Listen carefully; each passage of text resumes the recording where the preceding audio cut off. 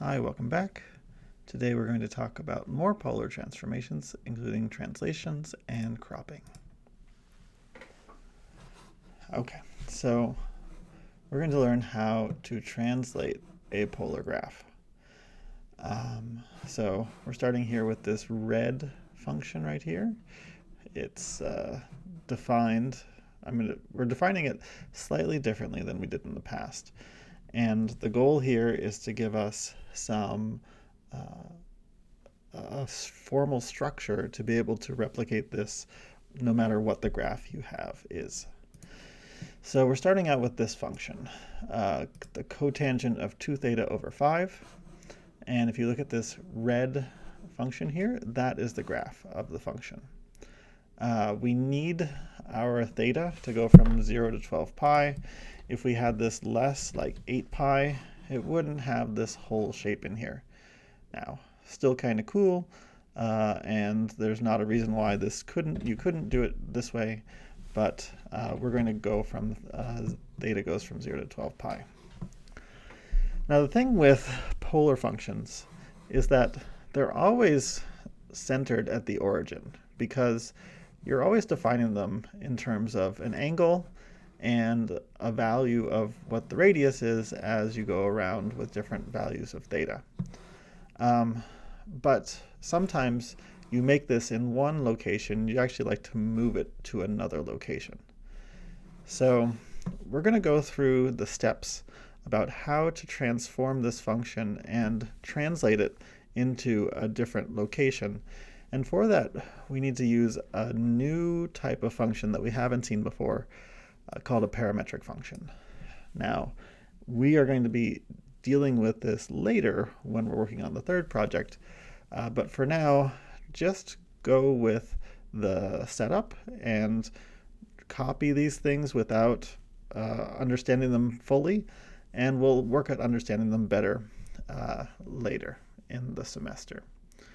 Okay, so we've got this function r is equal to p of theta. That gives us our red curve. And we're going to recreate the red curve using a different technique. So by writing this line of code here, p of theta is equal to cotangent of 2 theta over 5, we're defining p to be this function. So when I write this line of code here, f of t is equal to p of t times cosine of t, that actually is now a function f. Or if I write p of t times sine of t, that's the function g. What we're doing is we're defining two new functions from our one function, our one polar function p of t. We're defining two new functions f and g. In order for Desmos to be able to do this correctly and to be able to understand what you're trying to say, you have to use the letter t instead of the letter theta. So even though above we defined it as p of theta is a function of theta, here we're defining this as a function of t. So we defined this function to be our x-coordinate and this function to be our y-coordinate, and we put them together to make a pair. And if you look at this, we have parenthesis f of t, comma g of t, and parenthesis. We've put these two functions together as a pair. And if you look on the curve here, if you look on the graph, this black line is covering exactly the red curve that we have.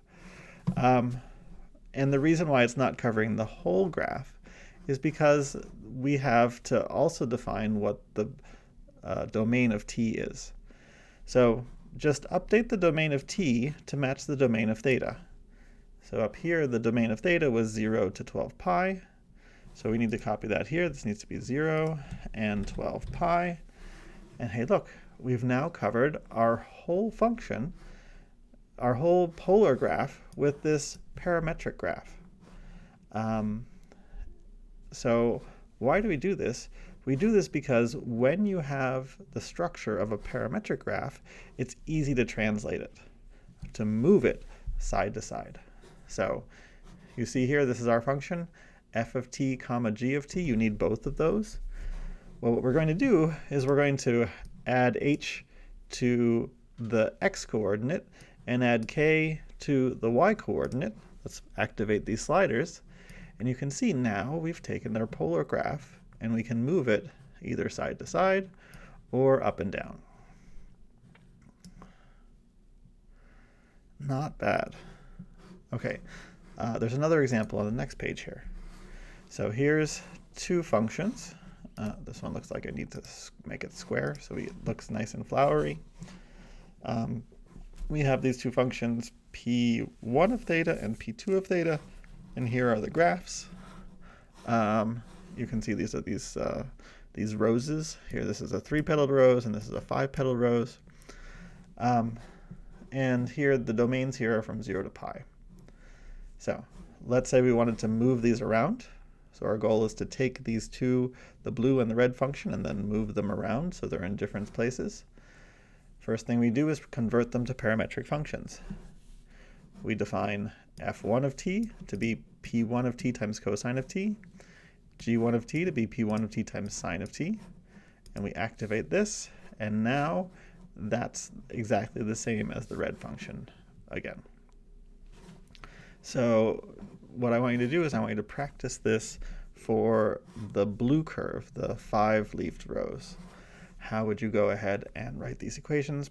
Try it out, put pause, and then come back. Okay, so when we put these equations, we basically can copy and paste, and we can say P1, instead of P1, we have P2. We do the same thing here. Instead of P1, we have P2. Now, if you look on here, we have these green and the green and the purple functions, and they look kind of cool themselves, but they are not what we care about. What we care about is making a pair. We can just copy and paste. Let's copy this and paste it here. F2, not Fs, F2 and G2 are our curves. And you can see it's starting to cover the blue curve, but we need to go not just from 0 to 1, we have to go from 0 to pi. Okay, so now we have our two curves, this one, the black one, this red one, and we want to move them to new positions.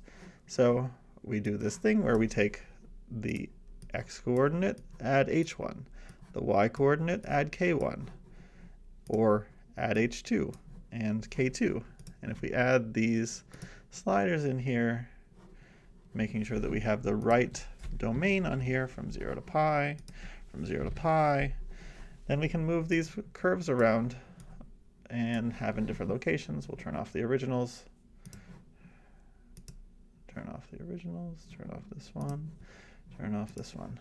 So now what we can do is we can move the purple one and the blue one around so that they get organized exactly how we want them. Maybe we want them kind of overlapping.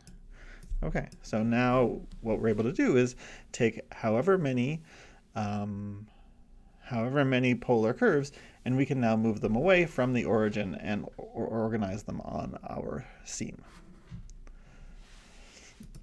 Okay, another thing that people might be interested in doing is to crop a polar function. So here's that same picture that we had on the other slide. This r is equal to p of theta. And let's say we wanted to crop it so that, like right now, this curve goes off to infinity, and it's unbounded in many different directions. What if we wanted to crop it so that we only had kind of like a flower? So let's say we only want this part, the part that's inside there of this shape. So how can we crop this? So in order to crop it, again, we have to translate our polar function into a parametric function. This is our function, p of theta. To convert into a parametric function, we do f of t is equal to p of t cosine of theta, g of t is equal to p of t sine of theta, and then this pair, f of t comma g of t, gives us the whole function. Great. Okay, so now how do we restrict it to lie within the circle? So let's take a look back about how we do this normally. Normally we would take our function, like sine of tan x, here's a function, and we would apply a restriction that looks like this. X squared plus y squared is less than or equal to I squared, and you can see we've got the blue pieces that are inside the curve, inside the circle. Now, this is our black curve, and if we try to do exactly the same thing, where we bring the black equation here, and we make a restriction in terms of x and y, Desmos gets confused. It tells you there's too many variables, I don't know what to do with this. You've got the f and the g, but here we have an x and a y. So it's confused because it has all those things happening at the same time. But in a parametric function, this f of t is actually the x, and the g of t is actually the y. So we can take this expression right here, the x squared plus y squared is less than or equal to I squared, and whenever we see this x, we can replace it by f of t. Whenever we see the y, we can replace it by g of t. And so this expression becomes now f of t squared plus g of t squared is less than or equal to I squared. If I activate it and I turn off the black equation, then you can see here now we have just the part that lies within that orange circle. And maybe we want to change our I a little bit so that it gets kind of perfect. If we zoom in here, we could say, okay, we want it to be between 0.73 and 0.74. Let's see, let's try 0.3. 7.25, 6, 7. Let's zoom in some more. Zoom, zoom, zoom. 7267, 7266, 7265. So if we turn off this orange part, now our shape kind of looks exactly perfect like we want it to. Okay, that's all for this page. So now, let's say we might want to use both techniques at the same time. So we might want to both translate and crop at the same time. So we have the same setup. You define your function, you define f of t, you define g of t, and then here you can see on the previous page I made a smaller version of this. Here I've gone out a little bit and I get this 1.3764 squared. So this should look very similar to what we wrote here. Here we wrote f of t comma g of t, where f of t and g of t are, where this is the restriction. We have the exact same thing here, but I've actually put the number in here, 1.3764 squared, to have that nice point here at the edge of the curves. So now let's talk about how to translate it. So we know how to translate a piece. We take our original function and we add in h for the x coordinate and we add in k for the y coordinate. So now we can move this cropped piece. It still has this restriction on it. We move that cropped piece and now we can make our shape.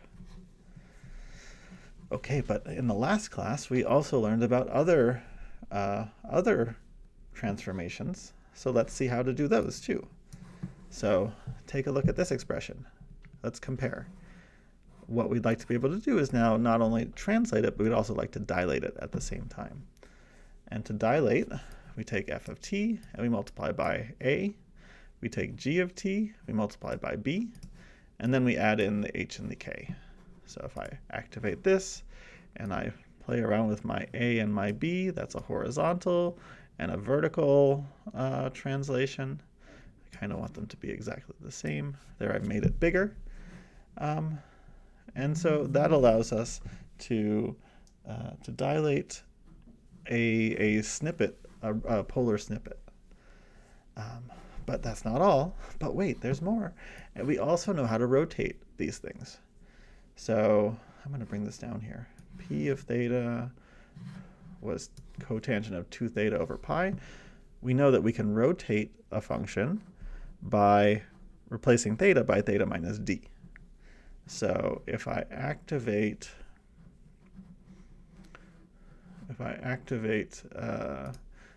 this version, the orange one, and I apply this d equation, I can rotate this.